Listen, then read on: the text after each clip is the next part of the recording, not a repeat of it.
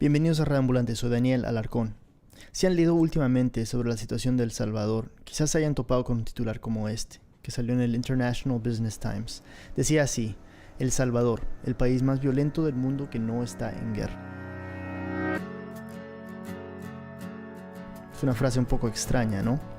Hay algo allí que juro que no entiendo. A ver, desde el año pasado, cuando se acabó la tregua entre el gobierno y las pandillas, la tasa de homicidios se ha disparado, aumentando más del 50%.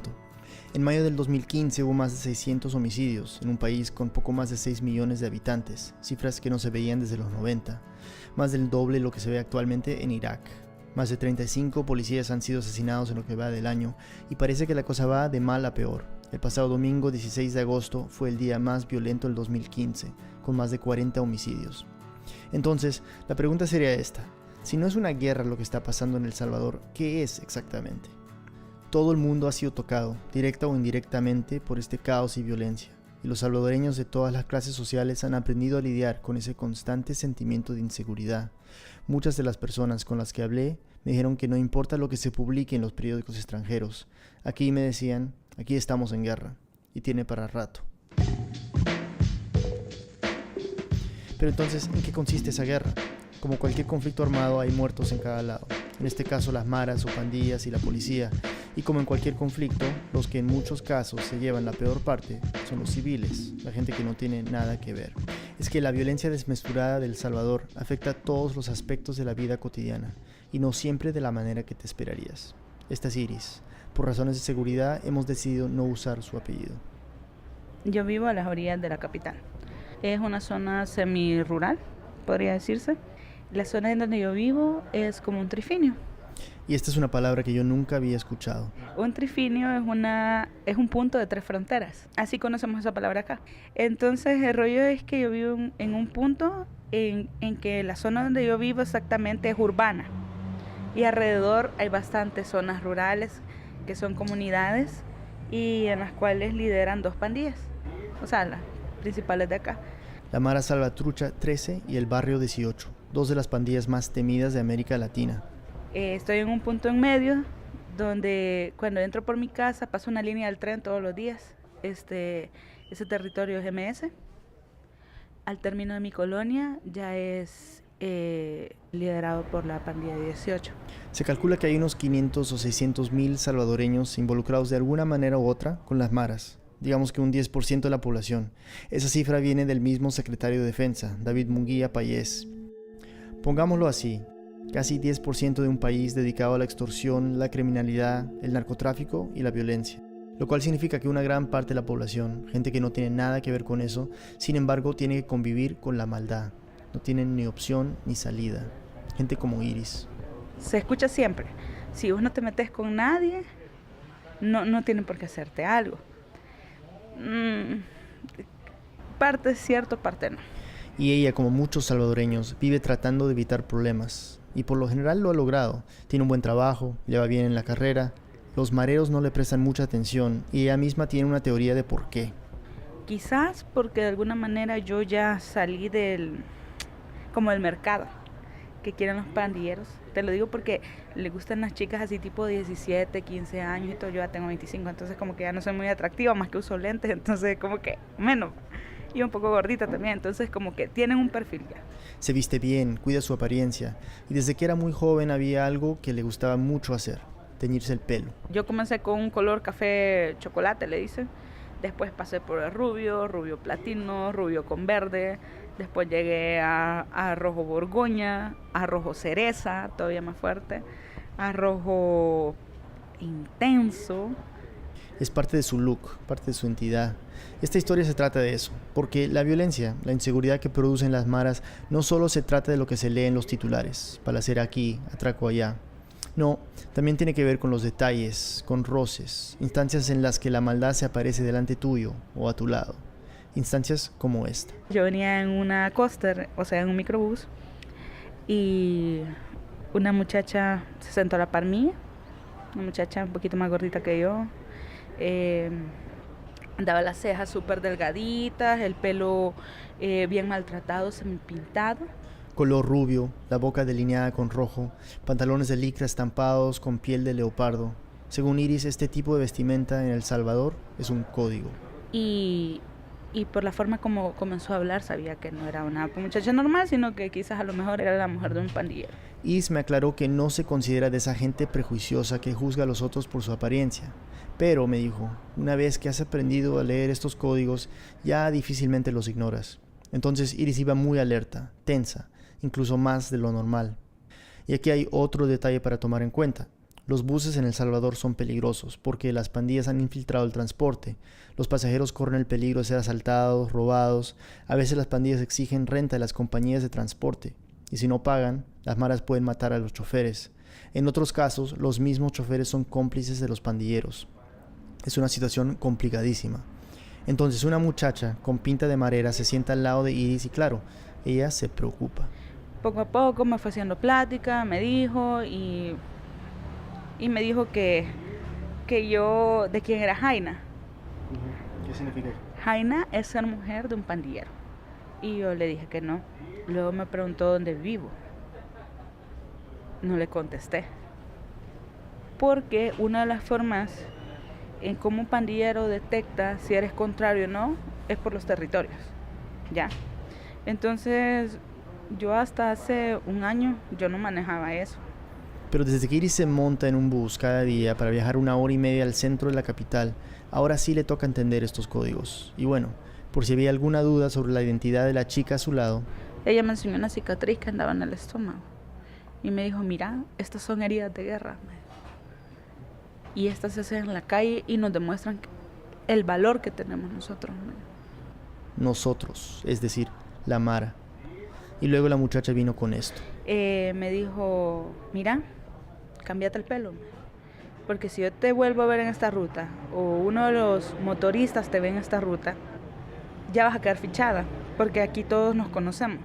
Y como no me querés decir dónde vivís, cuídate. Y cámbiate el pelo. Y yo me quedé helada. Fue como que, por Dios, o sea, ¿qué hago? Había un rumor acá, ¿verdad? Que si tú andabas de pelo rojo, eras de determinada pandilla. Si tú andabas de pelo rubio, pertenecías a otra pandilla. Algo que Iris no había tomado en cuenta cuando decidió teñirse el pelo. No le respondió a la muchacha, no le preguntó por qué, no intentó argumentar. No dijo nada. Iris tenía un periódico en la mano y lo miraba, nerviosa. Dame ese diario, me dijo. Y lo sacó. Y lo primero que decía, primera plana, decía policías muertos, no me acuerdo en qué. Y comienza ella y comienza a reír. Y le dice al motorista, hey, mira vos, le dijo, qué original, ya mataron otros cerotes, le dijo. Que la verdad, para que sepan quién manda. Y comenzó ella, siguió y siguió y siguió. O sea, yo venía helada y arrepentida de haberme subido en ese microbús. Era una muchacha con ganas de intimidar. ¿Cómo ves las cejas, me dijo? Yo le pego bien, le dije yo. Le dan con su cara, le dije yo. O sea, y me dijo, así te las deberías de hacer vos, me dijo. Y luego le preguntó dónde se bajaba. La plaza, dijo Iris, aunque iba para su casa. Se refería a un centro comercial lleno de gente. Pensó, pues ahí estaré más segura. Y añadió un detalle más.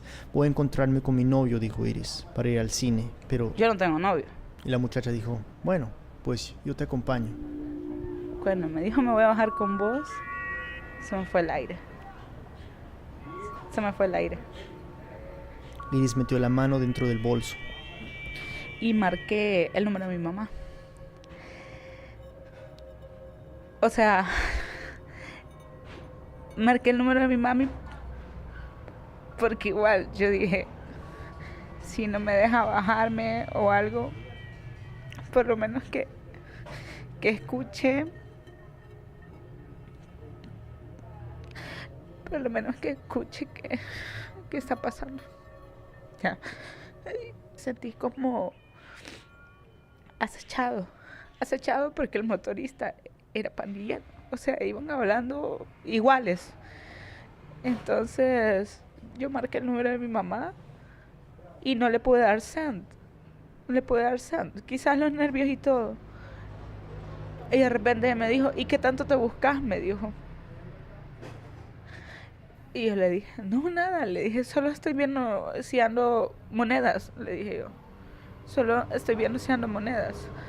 Y me dice, ah, ya, entonces nos bajamos en la plaza, me dijo.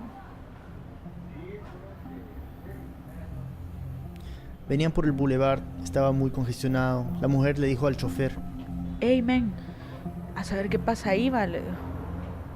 No te hagas, acordate lo que vimos hace rato, le dijo. Ah, Simón, le dijo, el descabezado, le dijo. ese día un marero había asesinado a un chofer de otra línea de bus, de otra ruta. La muchacha se lo contó a Iris, orgullosa. No sé de qué me está hablando. No, es que mira, fíjate, saca la cabeza por la ventana, me dijo. Allá adelante, me dijo, hay un bus de la 113, me dijo, en donde le han disparado a un motorista, me dijo. Yo conozco al cabrón que le disparó, me dijo. Ah, ya, le dije, o sea, sí, ¿verdad? Entonces pasamos la escena y yo me quedé viendo al bus y en efecto estaba el señor medio a la ventana del bus, el motorista, y abajo un gran charco de sangre. Rojo, rojo, rojo. En esas comenzó a llover, a pringar, como se dice en Salvador, una llovizna. Y te digo, creo que yo amo el invierno, amo la lluvia. Y creo que nunca di más gracias que en serio que lloviera. Porque me dice, puta, mira, me dice, ya está lloviendo, me dijo. Sí, ya está empezando a pringar, le digo. Y me dijo, ya no me voy a bajar con vos, me dijo. Ya estaban cerca del destino, de la plaza, del centro comercial. No sé cómo es que agarré mis cosas y traté de no ni siquiera tropezarme con ella, pues, y ni de darle la espalda. Y la muchacha tuvo un último mensaje para Iris. ¿Te cuidas entonces, mami? Me dijo. Que no te va a pasar nada y me le das saludos a tu novio. Y yo, que le vaya bien.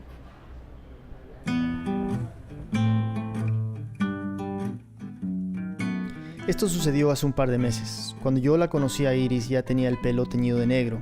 Le pregunté si le había costado hacer este cambio. Me dolió. O sea, me dolió. Me costó volver a verme de cabello negro. Tantos años que yo lo había querido tener tinturado, ¿verdad? Y pues ni modo. O sea, una cuestión externa vino, ni siquiera es mi gusto.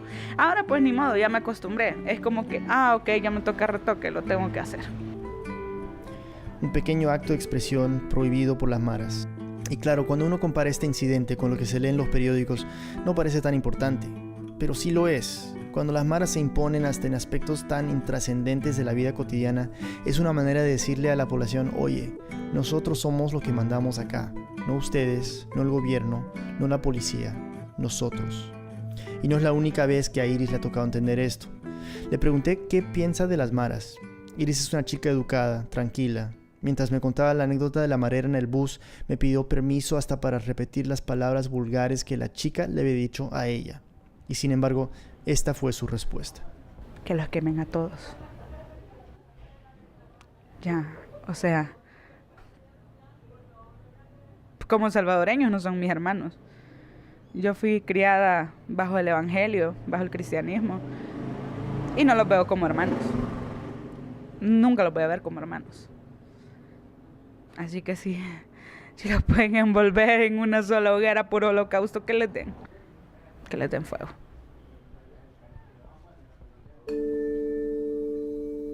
Es un argumento que escuché una y otra vez, que los maten, que maten a sus familias, a sus novias, a sus hijos, que los maten a todos. No es difícil entender esa rabia. No solo oí las historias de Iris, sino las de muchos otros, y confieso que en un momento dado empecé yo también a sentir esa furia. Pero ¿realmente se puede crear políticas a partir de la ira? Cada vez que oía cómo se proponía esta solución me sentía completamente desanimado. Dejando de lado la ética, el asesinato colectivo sencillamente no es posible, ni en términos políticos ni prácticos. Repetí este argumento varias veces y después, cuando ya estaba solo, volví a las conversaciones sobre el tema y mi papel en ellas, y me deprimía más y más. Quizás eso es lo que se tiene que entender sobre la situación en El Salvador hoy en día. Una ciudadana normal, que ni siquiera es sangrienta por naturaleza, propone que la única solución es un genocidio. Y para disuadirla, terminamos hablando de por qué esa solución no es práctica.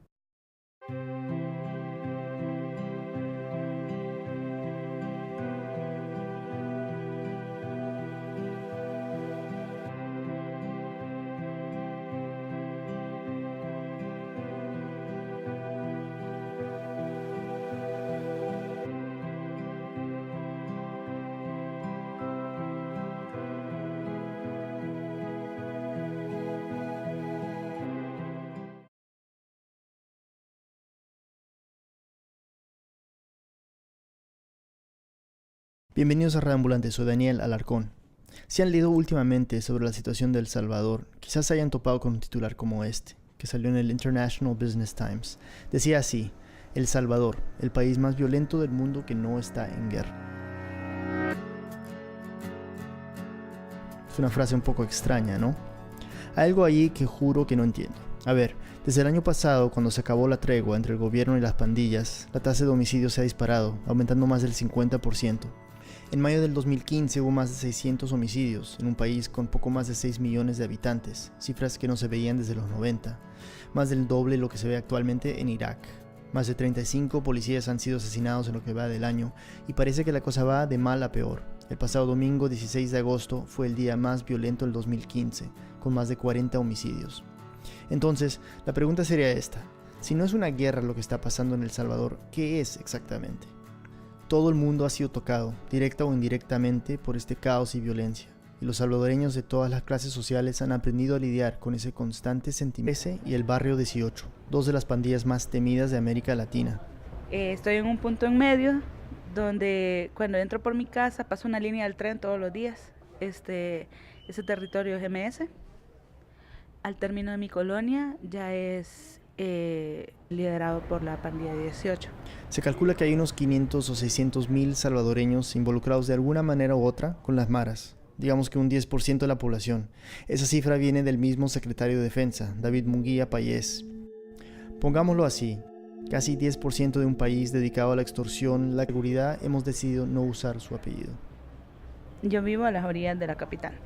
Es una zona semi-rural, podría decirse. La zona en donde yo vivo es como un trifinio. Y esta es una palabra que yo nunca había escuchado. Un trifinio es un punto de 3 fronteras. Así conocemos esa palabra acá. Entonces el rollo es que yo vivo en un punto en que la zona donde yo vivo exactamente es urbana.